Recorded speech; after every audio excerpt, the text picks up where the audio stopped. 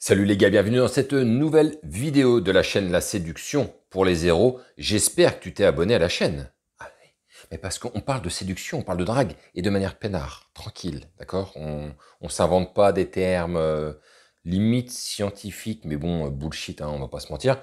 Donc là ici c'est apaisé, tranquille, et je vais essayer de te donner un max de réponses. Donc si tu cherches à trouver des moyens, comment on fait des rencontres, comment on rencontre des femmes, eh bien tu es au bon endroit. N'oublie pas non plus de t'inscrire au canal Telegram.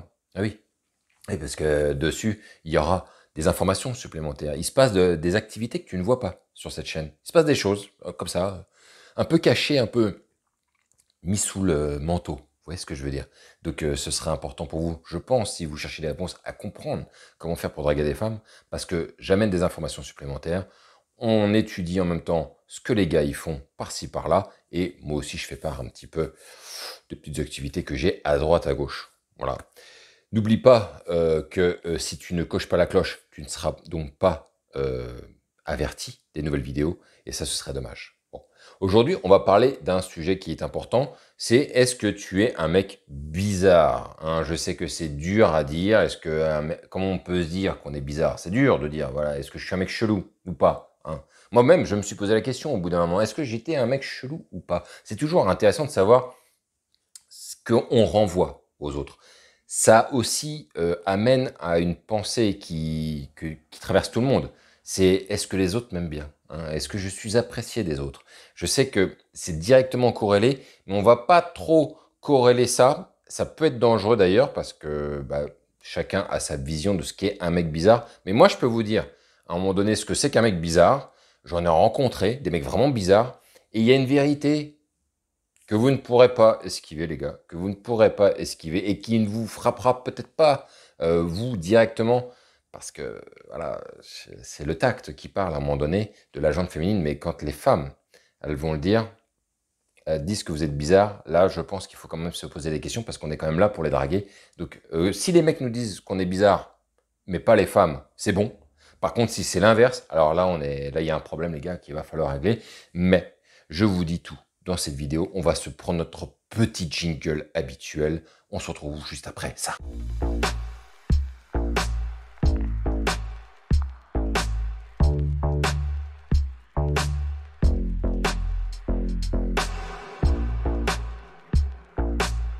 Donc, avant de démarrer, je voudrais vraiment séparer entre un mec bizarre et un mec à part. D'accord? Je sais très bien que là, comme ça, dit comme ça, putain, la frontière, on la comprend pas trop. Qu'est-ce qu'il veut dire par bizarre à part? Je vais vous donner un exemple très concret, très simple. Un mec bizarre, ça va être un mec qui fait vraiment des trucs chelous. D'accord? Des trucs, des attitudes, un regard bizarre, vraiment un truc limite parfois inquiétant. Je vais détailler un petit peu plus après.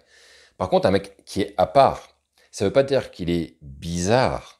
C'est-à-dire qu'il est peut-être un peu plus dans son monde, peut-être qu'il a une façon de penser qui est un peu différente de ce que pense la masse. Et dans ces cas-là, la masse, parfois, va lui faire remarquer qu'il est étrange, voire un peu à part. Être à part, pour moi, n'est pas grave dès lors qu'on reste les deux pieds sur terre. J'ai vu des mecs voler à 3000, être dans un monde vraiment que je ne comprenais pas. Et eux, pour le coup, ils étaient vraiment entre à part et bizarre. Je m'explique. Si tu es un peu à part dans ton attitude, un peu différent de ce que les autres font, mais que, en fait, on voit bien que c'est le fouillis, c'est le bordel chez toi. Moi, j'ai vu des mecs à part, hein, qui avaient une manière un petit peu différente de ce que les autres pensaient, mais ça se matérialisait malheureusement aussi dans leur vie de tous les jours, c'est-à-dire qu'ils étaient brouillons, ils arrivaient à la bourre, au boulot, ils savaient plus, des fois ils savaient pas structurer, donc ils étaient à part et en même temps un peu bizarres, dans un certain sens, même s'ils n'étaient pas complètement bizarres, ça restait des êtres structurés mine de rien, mais trop confus, trop brouillons. Quand je dis à part, c'est que vous avez les deux pieds sur terre, votre vie elle fonctionne très bien, vous savez très bien vous prendre en main, mais votre vision de la vie, voilà, la manière dont vous voyez les choses, elle détonne un petit peu de ce qui se fait, mais sans pour autant remettre en question tout ce qui est bien ou ce qui est mal. Je vois des mecs qui sont à part, mais ils pensent d'une certaine manière où en fait on sent que c'est plus le vice qui les dicte ou quoi que ce soit, où ils sont torturés par des choses. Je parle pas de ça, je parle de gens qui se sentent bien, mais qui voient les choses un peu différemment. Et si je vous le dis, c'est que moi, parfois, et c'est assez étonnant, mais plus j'ai voulu faire de choses dans ma vie, à commencer par la drague et ainsi de suite, plus j'ai entamé de nouvelles choses, plus on a trouvé que j'étais à part. Et il ne faut pas le prendre mal, c'est juste que les gens ne comprennent pas ce que vous faites quand vous commencez à vous lancer dans de nouvelles aventures que la plupart des gens ne veulent pas se lancer. Et surtout quand elles n'ont aucun lien entre elles, parce que les gens aiment bien suivre un lien et se dire « Ah oui, mais ça c'est logique, clac, clac, clac ». Mais quand elles n'ont aucun lien et qu'elles ne comprennent pas qu'il y a mine de rien un lien, mais qui ne comprennent pas en fait le lien, qui ne voient pas en fait où tout cela peut mener, et que vous avez votre propre raisonnement sur la vie, eh bien vous allez être à part. Maintenant, un mec bizarre, on va parler de ce que c'est qu'un mec plutôt bizarre. Moi, j'en ai rencontré parfois, surtout quand je me suis lancé dans la drague de rue. Et là, j'ai rencontré vraiment des mecs bizarres, dans le sens malsain même. Hein, des mecs qui avaient un regard, ils déshabillaient la fille, en fait. Limite, ils la baisaient au regard. Hein. Et la fille le voit, la fille le perçoit. Quand il va parler, il va sortir des choses qui n'ont pas de corrélation avec ce que la fille va dire, voire ils vont tout de suite prendre un virage hyper dérangeant, hyper sexuel, comme on dit maintenant parfois malaisant, et quand ça crée un malaise, la personne en face de vous, elle va probablement avoir une réaction, mais ça c'est intéressant de le décortiquer et on en reparlera après. Et généralement, quand un mec il est bizarre, la fille va peut-être vous le dire, si vous êtes très bizarre, hein, c'est possible, mais elle va surtout le dire aux autres, et ça c'est là que la vérité, souvent elle éclate. Quand je dis bizarre aussi, c'est que j'ai croisé des mecs, ils étaient dégueulasses en fait. On voyait, ils étaient habillés pas trop mal en fait, dans le principe, mais on voyait que les vêtements étaient sales. Il y avait une odeur de renfermé, une odeur bizarre. On avait l'impression que le mec se soignait pas, il y a des pellicules dans les cheveux. Enfin, on sent que le mec il est pas propre. Il y a une notion de propreté là-dedans. Et on sent que le mec il est étrange. On a l'impression que, est-ce qu'il s'est lavé depuis 2 ou 3 jours? On a des fois pas le sentiment. J'ai rencontré des mecs comme ça. J'ai rencontré aussi des mecs, alors là, ce sera entre le bizarre et le malsain, mais il y a des mecs, tout est bon pour la baise, ils vont faire tout et n'importe quoi, et quand vous allez vous retrouver avec quelqu'un, une fois, je me souviens avoir rencontré un mec comme ça, pour lui, faire des rencontres, c'était même jusqu'à s'inventer une vie du moment qu'il arrivait à catcher des meufs. Donc il allait prétendre qu'il avait du cash, il allait en soirée, il pétait des bouteilles, etc. Et il faisait le mec riche, alors qu'il avait rien du tout, et il trouvait que c'était super bien de le faire, et que tous les moyens étaient bons pour aller serrer la fille. Et là, c'était complètement à l'opposé de ce que moi je recherchais. Moi, je recherchais à développer mes skills de séduction, comment arriver justement à attirer une nana vers soi, rien que parce que vous êtes, parce que vous dites, comment vous tournez les choses, et non pas par le fait de s'inventer une vie à la Puff Daddy, parce que quand on n'a pas de drague et qu'on n'y connaît rien, bah, c'est le dernier recours qu'on a en pensant que les femmes elles sont attirées que par le pouvoir, que par l'oseille. Ça, c'est des mecs qui n'ont rien compris à la vie, parce que je comprends pas comment j'ai pu faire toutes ces rencontres, alors que moi, j'ai jamais été ni plein d'oseille, ni connu, et pourtant j'ai réussi. Mais bon, voilà, j'en ai marre de me répéter, c'est toujours pareil, il y a toujours ces trucs-là. Donc là, ces mecs-là, je les mettrais entre le bizarre et le malsain. Maintenant, comment on pourrait vérifier fondamentalement qu'on est bizarre ou pas? Parce que moi, ce que je vous demande, les gars, c'est si vous avez ce doute, tentez de le vérifier au bout d'un moment, en fait. Il faut le vérifier. La plupart des mecs bizarres que je connais, que j'ai croisés, ont pas ce truc-là. Ils comprennent pas, en fait. Ils se sentent même pas bizarres, et pourtant, l'image qu'ils renvoient aux autres, ce qu'ils véhiculent, l'est. Et ils ne se remettent généralement pas en question. J'ai jamais rencontré un mec qui était très bizarre qui m'a demandé, Brice, est-ce que tu trouves que je suis bizarre? J'ai l'impression que les gens... Non, les mecs, ils sont ancrés dans leur truc, ils sont dans leur vérité, dans leur vérité à eux, et ils sont bizarres, quoi. On n'arrive pas, ils n'ont pas cette lucidité. Un mec qui est en constante évolution, qui va chercher à être mieux, à faire mieux, au bout d'un moment, ça va lui percuter. D'ailleurs, ce qui m'étonne, c'est que les mecs, il y a beaucoup de mecs qui sont pas bizarres, qui s'interrogent s'ils le sont, et c'est bien tout le problème des personnes qui manquent de confiance en eux, parce qu'ils ont le sentiment qu'il n'y a rien qui va chez eux, et donc ils se disent même qu'ils sont pourris, qu'ils sont nuls, et qu'ils dégagent rien, et ils ont le charisme d'une huître ou je ne sais quoi, alors qu'en réalité, tout va bien, c'est juste qu'ils ne savent pas débloquer la bécane, quoi. Hein, donc il ne faut pas se perdre là-dedans. Mais moi, je vous encourage, si vous voulez vérifier votre test de bizarrerie, c'est d'interroger vraiment les gens. Mais allez-y, franchement.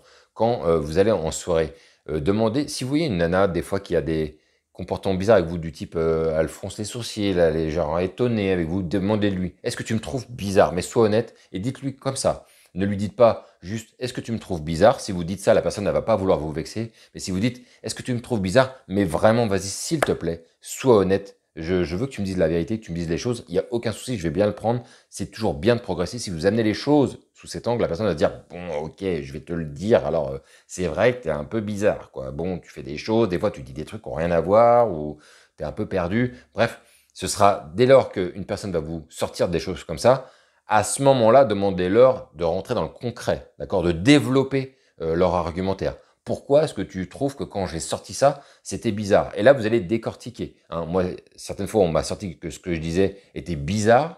Et quand je leur demande de développer, je vois bien qu'il y a aussi une incompréhension dans ce que je dis. Et quand moi, j'explique pourquoi je l'ai dit, au bout d'un moment, la personne me dit « Ah oui, ok, j'avais pas vu ça comme ça. Bon, ok, c'est pas si bizarre que ça. » Donc, c'est pour ça que je vous demande, lorsque les personnes vous diront, effectivement, des fois, ce que vous faites, c'est bizarre ou vous êtes bizarre, demandez-leur de développer. N'en restez pas là. Hein. Ça, c'est le drame de n'importe qui. C'est on vous dit, toi, t'es un con. Pourquoi? Je sais pas, mais t'es un con. Ben, on ne peut pas en rester là. Développe. Il faut que tu me dises pourquoi. Quels sont les exemples? À quel moment est-ce que tu considères que ce que j'ai dit était con et que du coup, à chaque fois, tu me fais passer pour un con? Est-ce que tu trouves que je suis bizarre? Donne-moi des exemples concrets. J'ai besoin de savoir. J'ai besoin de comprendre. Et rentre dans le détail. Argumente. Si une personne vous dit juste, t'es bizarre et qu'elle vous dit, je sais pas, t'es bizarre, quoi. Je sais pas te dire, et voilà, juste t'es bizarre.